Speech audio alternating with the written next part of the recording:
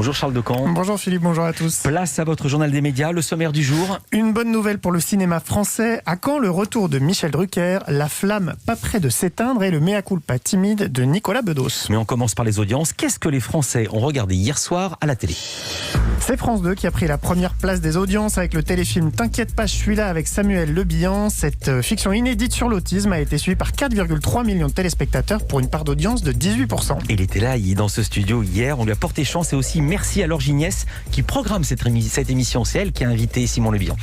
M6 est deuxième avec la suite de L'amour est dans le pré saison 15. Karine Le Marchand et les agriculteurs ont fédéré 3,7 millions de personnes pour 16,2% de part d'audience.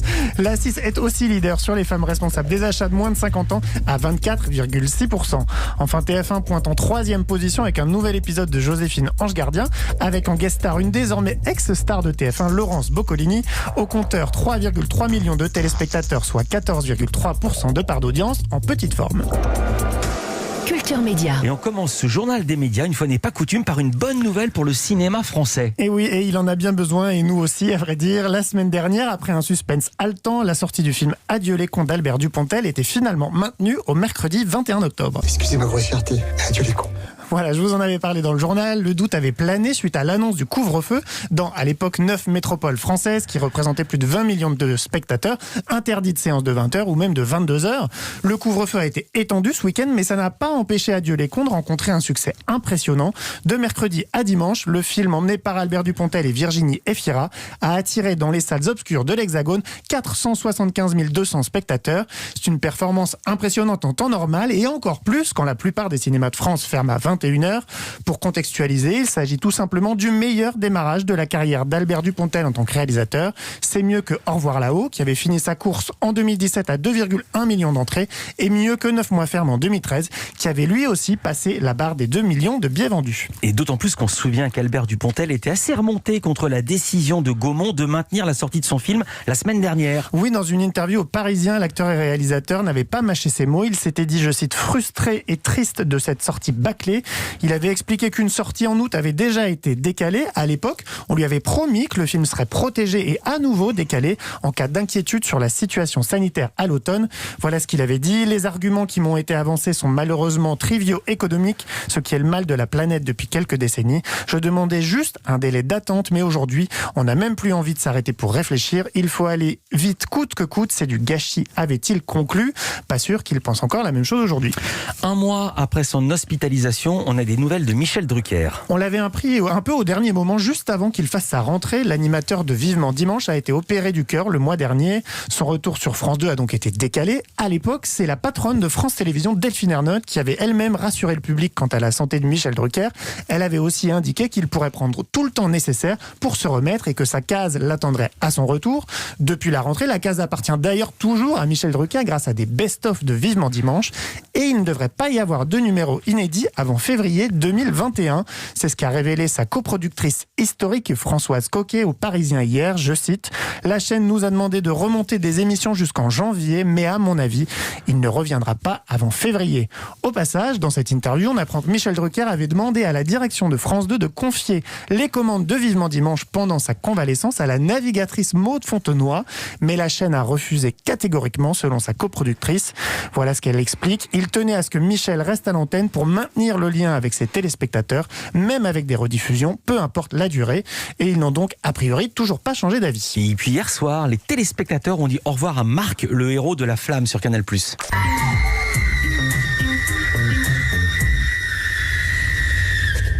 Oui, je suis là. Oui, je l'ai eu. C'est en régie, ça crie. Alors Non. ça, c'est Leila Bekti, une des prétendantes de Marc dans la série de Canal+. C'est Jonathan Cohen qui incarne ce pilote de ligne venu chercher l'amour dans une émission de dating fictive, La Flamme, aux côtés du comédien, un cast de rêve. Leila Bekti donc, Géraldine Nakache, Doria Tillier, Vincent De Dienne, Pierre Ninet ou encore Florence Forestier et Camille Chamou. Hier, Canal+ proposait donc les 3 derniers épisodes de la série. Je ne vais évidemment pas vous spoiler la fin de la saison, qui est toujours disponible sur MyCanal, mais ce que vous ne savez sans doute pas, c'est qu'une deuxième saison est d'ores et déjà en préparation. C'est ce qu'a révélé Camille Chamou, qui incarne la délurée Chattalere. Salut. Chattalere. Châtelet. Non, Chattalere, c'est de l'italien. Italien. Eh oui. Ouh, elle me plaît, elle, avec son charme. Voilà, On rit donc- parce qu'on a vu la série. Voilà, donc Camille Chamou l'a annoncé dans le cadre de l'excellent podcast Sérieland des Baroques. Elle en a même dit plus sur le format de cette future saison 2. D'ailleurs, je suis très curieuse de savoir comment va se passer leur saison 2, qui est l'inverse. Dans leur saison 2, il va y avoir tous les garçons et une postulante. Bon, la postulante est géniale, on peut pas dire qui j'imagine pour le moment, mais elle est géniale. En revanche, les garçons, il y a énormément de comédiens super drôles en France, donc je pense que ce sera pas difficile de trouver des comédiens humoristiques, mais je me demande s'ils auront aussi autant de liberté et de liberté du regard sur eux-mêmes. Alors La Flamme, c'est l'adaptation d'une série américaine qui était notamment produite par Ben Stiller. Canal+ en a proposé 3 épisodes par semaine depuis le 12 octobre dernier. En moyenne, les 6 premiers épisodes ont réuni plus de 400 000 téléspectateurs en diffusion linéaire, mais évidemment, pour la chaîne, ce sont les performances globales sur la plateforme MyCanal qui comptent. Elles n'ont pas encore été dévoilées, mais a priori, les chiffres sont très bons. Bien sûr, parce que si c'était mauvais, il n'y aurait pas de saison 2. Nicolas Bedos, c'était l'invité de Quotidien hier soir. Il s'est plus ou moins excusé pour sa tribune anti-masque du mois de septembre. Le 24 septembre dernier précisément, le comédien et réalisateur avait choqué en publiant un long texte sur son compte Instagram. Voici un petit extrait. Soyons francs, arrêtez tous les masques, les confinements, excepté face à vos parents très fragiles. Vivez à fond, tombez malade, allez au restaurant. Nous devons désormais vivre, quitte à mourir. Donc voilà, un petit extrait de cet appel à l'inconscience collective. Nicolas Bedos a été vivement critiqué par d'autres personnalités du monde du spectacle, mais aussi et surtout par beaucoup d'hommes et de femmes politiques, à commencer par le ministre de la Santé, Olivier Véran. Invité hier soir de Quotidien, l'acteur a été interrogé sur cette prise de position très controversée et il a fait une sorte de mea culpa. Je comprends. L'indignation, Oui, je comprends la polémique. C'est un texte excessif. Vous l'avez écrit où? Je l'ai écrit dans la colère. C'est un texte que j'ai écrit le lendemain de la messe qui avait été organisée pour mon parrain Jean-Loup Dabadi. Ouais. Et donc c'est un texte qui est un peu irresponsable. Mais ça pose la question justement de la responsabilité d'un artiste. C'est une question d'ailleurs qui est abordée dans le livre par Salvador Dali à un moment donné qui dit: est-ce qu'un artiste a vocation à tenir des propos responsables? Je ne crois pas. Moi, je ne crois pas. Moi, quand j'achète un roman de Houellebecq, d'Henri Miller ou de Virginie Despentes, je n'achète pas un guide de conduite. Sinon, j'achète un bouquin de Marc Lévy ou je ne sais quoi. Mais non, je ne crois pas. Pas d'excuse donc et une ligne de défense qui est celle de l'artiste, pas contraint de tenir des propos responsables, en ajoutant une dose de propos sortis de leur contexte. Face à Yann Barthès, Nicolas Bedos a assuré que dans la rue, il croisait des gens qui avaient compris parce qu'ils suivent son compte Instagram. Voilà ce qu'il a aussi dit. Ils savent dans quelle période de ma vie je me trouve, ils savent que je n'ai pas pu accompagner mes proches, que mon père est en partie parti à cause du confinement et de sa solitude imposée. Ils savent que c'est un cri du cœur.